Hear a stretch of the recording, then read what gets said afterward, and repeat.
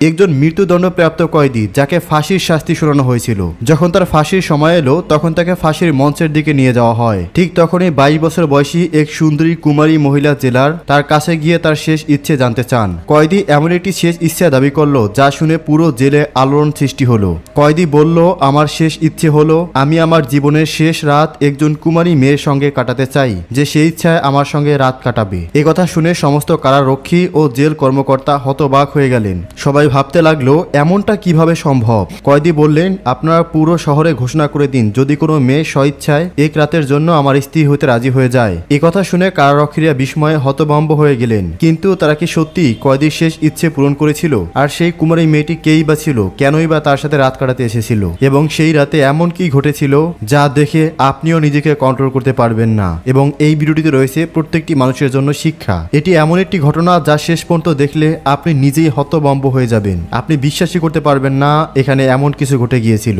এই ঘটনা একজন মহিলা ইন্সপেক্টর নিজেই তার মুখে বর্ণনা করেছেন। তিনি বলেন, আমার নাম জিলা, আমি 35 বছর বয়সী এক মহিলা পুলিশ ইন্সপেক্টর। আমার জীবন কেবলমাত্র পুলিশ স্টেশন এবং আইন আদালতের মধ্য দিয়ে কেটেছিল। আমি অনেক অপরাধীদেরকে আসতে যেতে দেখেছি। কেউ ছিল নির্দোষ, আবার কেউ ছিল ভয়ঙ্কর অপরাধী। কিন্তু হ্যাঁ, একজন কয়েদি ছিল যে আমার হৃদয়ে এক অদ্ভুত টান সৃষ্টি করেছিল। সে ছিল কয়েদি নাম্বার 132। তাকে কোনো সাধারণ অপরাধী মনে হতো না। তার চোখে এক রহস্যময় গভীরতা ছিল, যেন সে অন্য কোনো জগতে হারিয়ে গিয়েছে। আমি তাকে বুঝতে পারিনি। তাকে পুরোপুরি নির্দোষও মনে হতো না, আবার অপরাধীও মনে হতো না।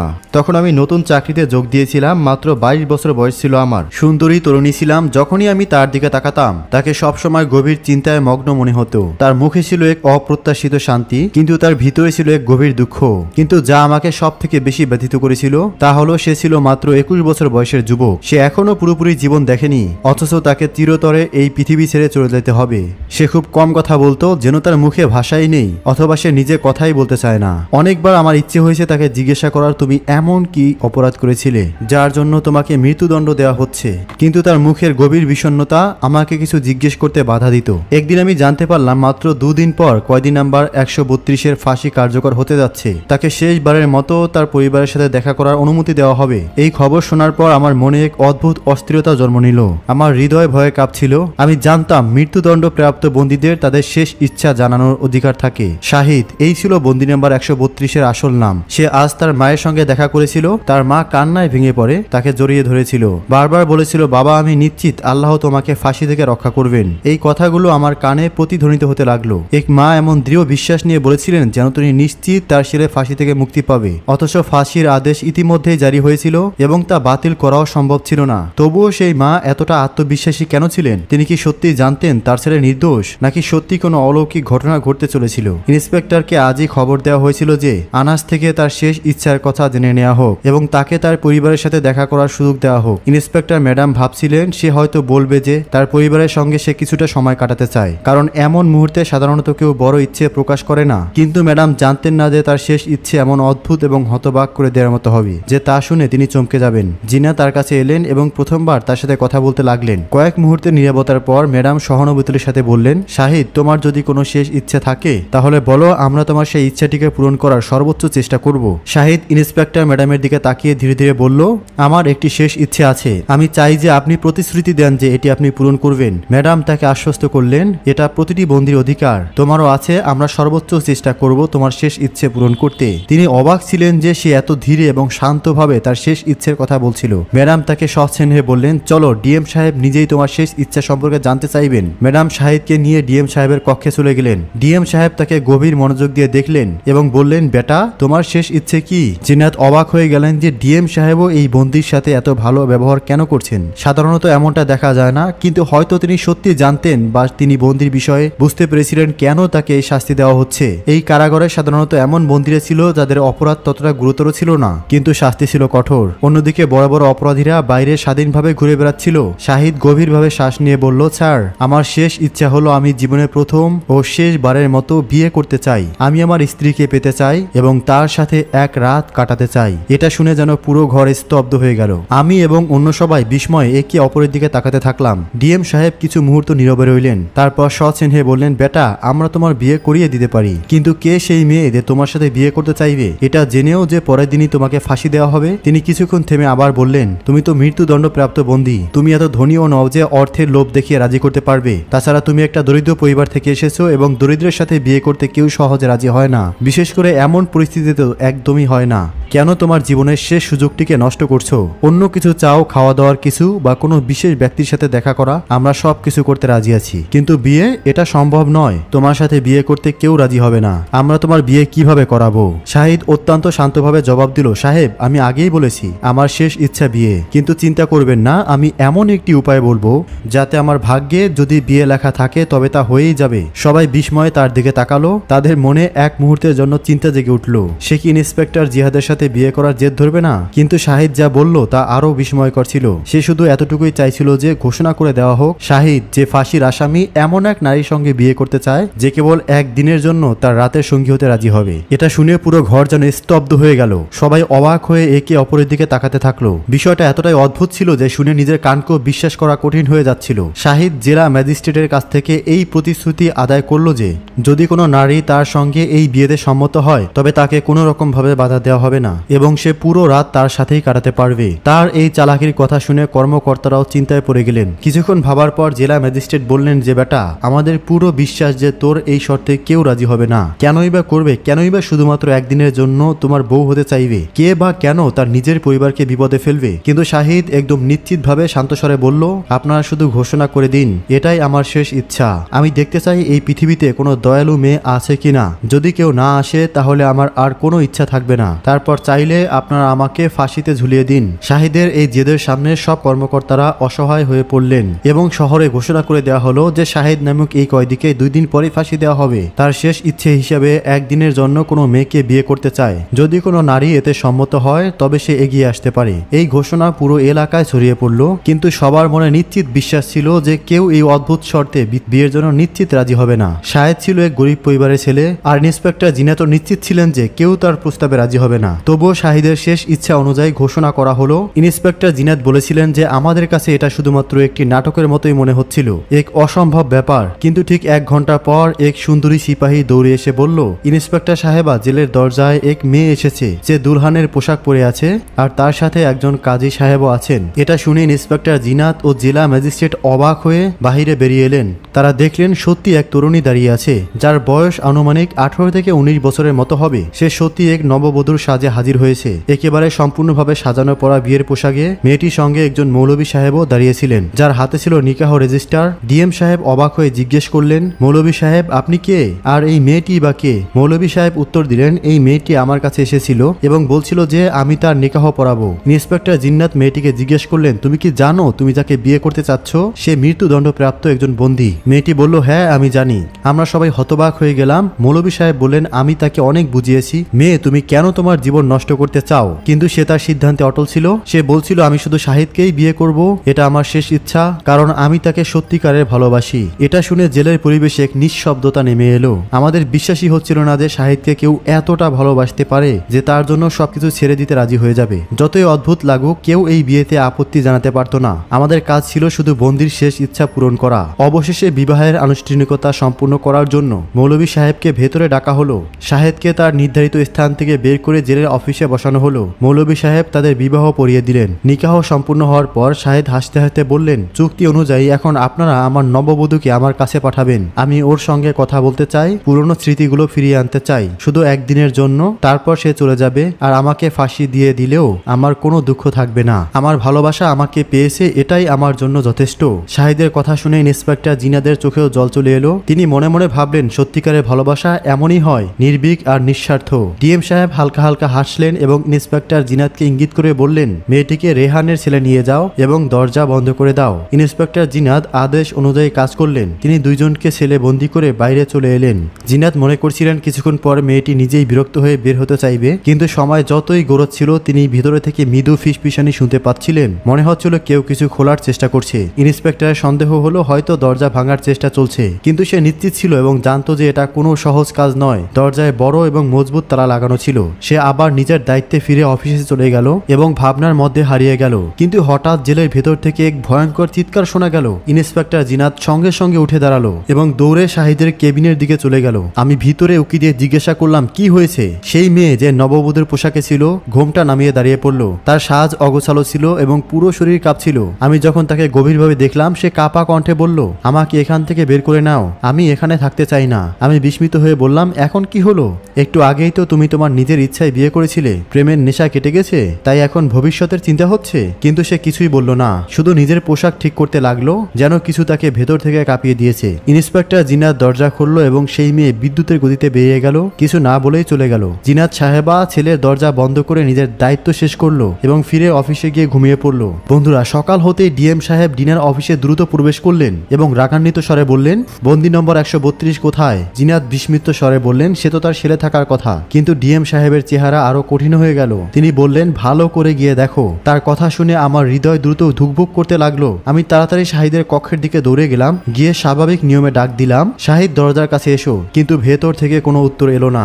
আমার কপালে ঘাম জ্বলতে লাগলো, হৃদয় স্পন্দন আরো বেড়ে গেল। আমি জানালা দিয়ে ভেতরে উকি দিলাম, আর যেই দৃশ্য দেখলাম তা দেখে আমার হুঁশ উড়ে গেল। ছেলের ভিতরে এক ব্যক্তি পুরুষের পোশাকে দেয়ালে মুখ করে শুয়ে আছে। আমার নিঃশ্বাস বন্ধ হয়ে গেল, হাত কাঁপতে লাগলো। আমি দ্রুত ছেলের দরজা খুললাম, সেই ব্যক্তিকে সোজা করলাম। যা দেখলাম তাতে আমার পায়ের নিচ থেকে মাটি সরে গেল।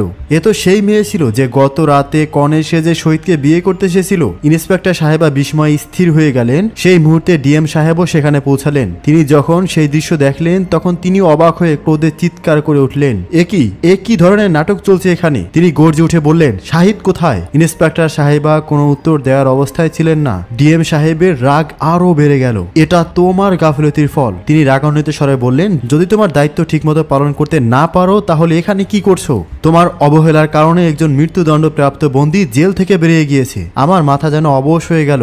আমি সামনে শুয়ে থাকা মেয়েটির দিকে তাকালাম, যে শাহিদের জায়গায় ছিল। এটা সম্পূর্ণ একটা ধোঁকা ছিল। শাহিদ আমাদেরকে বোকা বানিয়ে পালিয়ে গেছে। সে নিজেই কনে সেজে জেল থেকে পালিয়েছে। জিন্নাত গতরাতে ভেবেছিল যে এই মেয়ে হয়তো ভালোবাসার জন্য পাগল হয়ে শাহিদকে বিয়ে করেছিল। আমি ভেবেছিলাম সে সত্যিকারের ভালোবাসা করে, কিন্তু সবকিছু একটি ষড়যন্ত্র ছিল। শাহিদ এই মেয়েকে আমাদের বিরুদ্ধে ব্যবহার করেছিল, আর আমরা সবাই চোখে ধুলো দিয়ে তাকে সাহায্য করে গিয়েছি। এখন প্রশ্ন হলো, এই মেয়ের কি করা হবে? সে আমাদের সামনে বসেছিল, তার মুখে না কোনো ভয় না কোনো অনুশোচনা। সে সম্পূর্ণ নিশ্চিতের সঙ্গে বলল, আপনারা শাহিদের সাথে ভালো করেননি, সে মৃত্যুদণ্ডের যোগ্য ছিল না। ইন্সপেক্টর জিহাদ রেগে গিয়ে বললেন, এটা সময়ই বলে দেবে। মেয়েটি জিনাদের চোখে চোখ রেখে বলল, সে নির্দোষ, আর সে সেটা প্রমাণ করেই দেখাবে। তার কথা শুনে আমার আরো রাগ হচ্ছিল, কিন্তু আমি কিছুই করতে পারছিলাম না। ঠিক তখনই ডিএম সাহেব কঠোর স্বরে নির্দেশ দিলেন, শাহিদকে দ্রুত খুঁজে বের করো। যদি আমরা তাকে ধরতে না পারি তাহলে 2 দিন পর সরকারকে কি জবাব দেব? আমাদের তাকে ফাঁসির শাস্তিতে মৃত্যুদণ্ড দিতে হবে। কিন্তু সে জেলে কর্তৃপক্ষ এবং কর্মচারীদেরকে ধোঁকা দিয়ে পালিয়ে গেল। এটা আমাদের জন্য অত্যন্ত লজ্জার বিষয়। ইন্সপেক্টর জিনাদের মন ভীষণ উদ্বিগ্ন ছিল, কারণ তিনি সদ্য চাকরিতে যোগ দিয়েছিলেন। ইন্সপেক্টর জিনাদ বললেন, আমি এখনো বুঝতে পারছি না যে আমার সঙ্গে এত বড় প্রতারণা কিভাবে হলো। আমি একজন ব্যক্তির উপর বিশ্বাস করেছিলাম, একটি মেয়ের কথায় ভরসা করেছিলাম, তাদের বিয়ে করে দিয়েছিলাম। তার পরিবর্তে তারা আমার চোখেই ধুলো দিয়ে পালিয়ে গেল। এখন আমাদের সামনে শুধু একটি পথ খোলা ছিল, সেই মেয়েটির বাবা মায়ের কাছে পৌঁছানো এবং সত্যটা জানা। কিন্তু তারপর আমার মনে হলো, কেননা সরাসরি এই মেয়েটির কাছ থেকে সত্যটা জেনে নেই, হয়তো সে নিজেই সত্য বলে দেবে। শাহিদকে খুঁজে পাওয়া খুবই কঠিন ছিল। সে কয়েক ঘন্টা আগেই জেল থেকে পালিয়েছিল। আমাদের সন্ধ্যায় বিষয়টি জানা যায়, অথচ সে সকাল 4টায় পালিয়ে গিয়েছিল। কে জানে এই মুহূর্তে সে কোথায় পৌঁছে গিয়েছে। আমি মেয়েটির দিকে তাকালাম এবং নরম সুরে বললাম, আমি তোমাকে 2টি প্রশ্ন করব, আর আমি আশা করি তুমি সত্যি সঠিক উত্তর দেবে। সে কোনো দ্বিধা না করে বলল, আমি শাহিদ ভাই সম্পর্কে সব সত্য কথা বলে দেব। আমি অবাক হয়ে তার দিকে তাকিয়ে রইলাম। সে এখনো শাহিদকে ভাই বলছিল, স্বামী নয়। আমি কঠোর স্বরে জিজ্ঞাসা করলাম, তুমি কি সত্যি তাকে তোমার ভাই মনে করো, নাকি আসলেই তোমার ভাই নয়? তোমরা এই নাটক কেন করছিলে? সে চুপ করে গেল, যেন গভীর চিন্তায় ডুবে গিয়েছে। তারপর সে যা বলল তাতে আমার হুশ উড়ে গেল। মেয়েটি সঙ্গে সঙ্গে বলল, না, সে আমার আসল ভাই নয়। আমি কঠোরভাবে বললাম, তাহলে তুমি এটা কেন করলে? তুমি তার সাথে বিয়ে কেন করলে? আর এখন হঠাৎ করে তাকে ভাই বা কেন বলছো? তোমরা আমাদের সঙ্গে প্রতারণা করেছো। আনাস আমাদেরকে ধোঁকা দিয়ে এখান থেকে পালিয়ে গিয়েছে, কিন্তু মনে রেখো, আমরা তাকে খুব শীঘ্রই ধরে ফেলবো এবং ফাঁসিতে ঝুলিয়ে দেব। কিন্তু সেই মেয়ে সম্পূর্ণ নীরব শান্তভাবে বসে রইল। সে আমার মুখের দিকে তাকিয়ে বলল, বিশ্বাস করুন, এটি একদমই সত্যি নয়। সে খুব শীঘ্রই ফিরে আসবে। সে ভালোভাবেই জানে কোথায় যাওয়া উচিত আর কোথায় নয়। আর সব থেকে গুরুত্বপূর্ণ বিষয়, এখন তো সে আমার সঙ্গে বিয়ে করেছে। সে আমাকে ছেড়ে পালিয়ে যাওয়ার মানুষ নয়। সেই মেয়ের কথা শুনে ইন্সপেক্টর অবাক হয়ে গেল। সে এতটা নিশ্চিতভাবে বলছিল যে শাহিদ কি করে ফিরে আসবে। সত্যি কি এমনটা হতে পারে? তোমার এতটা বিশ্বাস কিভাবে সে নিশ্চিত ফিরে আসবে? সে গভীরভাবে শ্বাস নিল এবং বলল, যদি আপনি আমার পুরো গল্প শুনেন তবে হয়তো আপনিও বিশ্বাস করবেন এবং প্রকৃত সত্য জানতে পারবেন। জিনাত সাহেবা চুপ হয়ে গেলেন। তিনি জানতেন যে এই মেয়ে এখনো তার কথায় অটল। যদি আমি তাকে আরো প্রশ্ন করি তবে হয়তো সে আরো কিছু সত্য সামনে নিয়ে আসবে। সে বলা শুরু করলো, আমার নাম ফেরদাউস। আমার বড় বোনের বাগদান হয়েছিল শাহিদের সঙ্গে। শাহিদ ছোটবেলা থেকেই খুবই সাহসী ছিল। এমন কোনো মুহূর্ত আসেনি যখন সে ভয় পেয়ে পিছিয়ে গিয়েছে। সে আমার বাবা চাচার ছেলে ছিল, অর্থাৎ আমার ফুফাতো ভাই। আব্বু তাকে প্রচুর পছন্দ করতেন এবং তার উপর বিশ্বাসও ছিল। যখন তিনি আমার বড় বোনের বাগদান শাহিদের সঙ্গে ঠিক করলেন, তখন থেকে শাহিদ আমাদের বাড়িতে আসা যাওয়া শুরু করে। আমাদের গ্রামের পরিবেশ ছিল খুব অদ্ভুত। এক রাতে শাহিদ ভাই, খালা ও আমার বোনের সঙ্গে দেখা করতে আমাদের বাড়িতে আসেন। সেদিন আব্বু বাড়িতে ছিলেন না, আর শাহিদ ভাই আগেও বহুবার এসেছিলেন, কারণ তিনি তো এখন আমাদের পরিবারের একজন। তখন বাড়িতে শুধু আমরা দুই বোন ছিলাম, আর কেউ ছিল না। শাহিদ ভাই পেছনের দরজা দিয়ে এসেছিলেন। আমি সঙ্গে সঙ্গেই বুঝে গিয়েছিলাম যে তিনি আমার বোনের সঙ্গে দেখা করতে এসেছেন। আমি রান্নাঘরে চা বানাতে ব্যস্ত হয়ে পড়লাম, আর তারা নিজেদের সঙ্গে কথা বলছিলেন। সবকিছু স্বাভাবিকই লাগছিল, কিন্তু হঠাৎ দরজা জোরে জোরে কড়া নাড়ার শব্দ হলো। আমি আতঙ্কিত হয়ে পড়লাম, ভাবলাম হয়তো আব্বু ফিরে এসেছেন। আমি দ্রুত দরজার দিকে উকি দিলাম, কিন্তু যে দৃশ্য দেখলাম তাতে আমার গায়ে কাঁটা দিয়ে উঠল। 3-4 জন লোক দরজার বাইরে দাঁড়িয়েছিল। তাদের চেহারা ছিল ভয়ঙ্কর, আর ইচ্ছাগুলো অনেক ভয়ঙ্কর মনে হচ্ছিল। তাদের হাব ভাব দেখে স্পষ্টভাবে বোঝা যাচ্ছিল যে তারা সাধারণ মানুষ নয়, তারা বড় অপরাধী। আমার চোখে আতঙ্ক নেমে এলো, তবে একটুখানি স্বস্তিও পেলাম যে শাহিদ ভাই আমাদের সঙ্গে আছেন। তাদের একজন উচ্চস্বরে বলল, দরজা খুলে দাও, না হলে আমরা দরজা ভেঙে ফেলবো। আমি মিনতি করে বললাম, আমরা দুইজন বোন মাত্র, দয়া করে চলে যান। কিন্তু তাদের একজন বিদ্রুপাতক ভঙ্গিতে হেসে বললেন, আমরা সব জানি, একটু আগে তোমাদের বাড়িতে এক যুবক ঢুকেছে, আমাদের বোকা বানানোর চেষ্টা করো না। শব্দ শুনে শাহিদ ভাইও বাইরে চলে এলেন। তিনি দরজা খুললেন এবং আমাকে ভেতরে চলে যেতে ইঙ্গিত করলেন। আমি দ্রুত আমার ঘরে লুকিয়ে পড়লাম, কিন্তু বাইরে যা ঘটছিল সব শুনতে পাচ্ছিলাম। শাহিদ ভাই তাদের সামনে গিয়ে দাঁড়ালেন। তাদের একজন অত্যন্ত অশ্লীল কথা বলল, যা শুনে শাহিদ ভাইয়ের রক্ত টকবক করে ফুটতে লাগলো। কিন্তু তিনি নিজেকে সংযত করলেন, কারণ তিনি বুঝতে পারছিলেন সামনে 4-5 জন লোক আর তিনি একা। যদি তিনি মারামারিতে জড়িয়ে পড়তেন এবং কিছু হয়ে যেত, তাহলে আমরা দুই বোন একা পড়ে যেতাম। তাই তিনি বুদ্ধিমতার সঙ্গে কথা বলে এবং শান্তভাবে বুঝিয়ে সেই অপরাধীদেরকে সেখান থেকে বিদায় করলেন। কিন্তু এটা যেন প্রতিদিনের ঘটনা হয়ে দাঁড়িয়েছিল। আমাদের বাড়ির সামনে প্রতিদিন 3-4 জন গুন্ডা দাঁড়িয়ে থাকতো। আব্বু বাড়ির বাইরে গেলেই তারা আমাদেরকে বিরক্ত করা শুরু করত। এক রাতে এমন একটি ঘটনা ঘটলো যা আমাদের জীবনকে চিরতরে পরিবর্তন করে দিল। আমার বড় বোন তার ঘরে ঘুমিয়েছিল।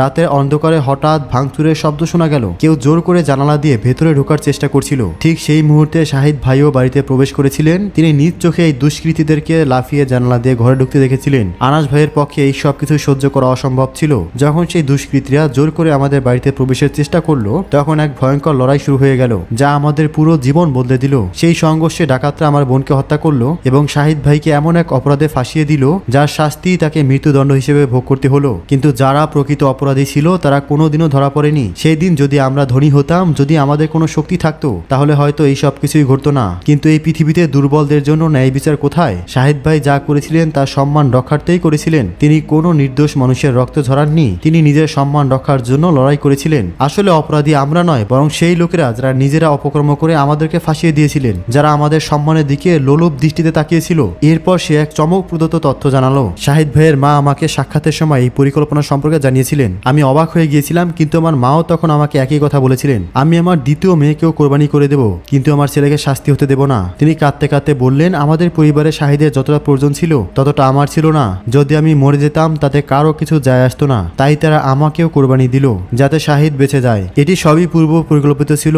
আনাস রাতারাতি শহরের এক আইনজীবীর কাছে গিয়েছিলেন। সেই আইনজীবী শাহিদদের কৃতজ্ঞ ছিল, কারণ একবার শাহিদ তার জীবন বাঁচিয়েছিলেন। যখন সবাই সেই আইনজীবীর পা ছেড়ে চলে গিয়েছিল, তখন শাহিদ নিজের জীবন বাজি রেখে দুর্বৃত্তদের সঙ্গে লড়েছিল এবং তাকে হাসপাতালে পৌঁছে দিয়েছিলেন। আজ সেই আইনজীবী ঋণ শোধ করতে প্রস্তুত ছিল। আদালতে মামলা চলল এবং সত্য প্রকাশ পেল। প্রমাণিত হলো যে শাহিদ নির্দোষ এবং তাকে সম্মানের সঙ্গে মুক্তি দেওয়া হলো। যদি শাহিদের জায়গায় আরেকজন সম্মানিত ব্যক্তি থাকতো, তাহলে সেও হয়তো একইটাই করত। ইন্সপেক্টর জান্নাত বললেন, আল্লাহ প্রকৃত ভালোবাসা ও নিষ্ঠার মান রেখেছেন, না হলে এত বড় মামলায় কাউকে মুক্তি পেতে আমি কখনোই দেখিনি। শাহিদের মা যা বলেছিলেন তা সত্যি হয়ে গেল। আল্লাহ তোমাকে মৃত্যুদণ্ড দেবে না, তুমি শীঘ্রই মুক্তি পাবে। এবং সত্যি তাই হলো। ইন্সপেক্টর জিন্নাত বললেন, এই ঘটনা আজও আমার মনে সতেজ রয়েছে। যখনই এটি আমি মনে করি আমি কেঁপে উঠি। জীবন এমন অনেক ঘটনার সাক্ষী হয়, কিছু গল্প সময়ের সঙ্গে ভুলে যায়, কিন্তু কিছু চিরদিনের জন্য হৃদয়ে খোদাই হয়ে থাকে। বন্ধুরা, এই গল্প আমাদেরকে অনেক কিছুই শেখায়। এই ধরনের আরো শিক্ষণীয় গল্প দেখতে অবশ্যই কমেন্টসে লিখুন নেক্সট পার্ট। আপাতত স্ক্রিনে দেখুন এই ভিডিওটিকে এনজয় করুন। ধন্যবাদ।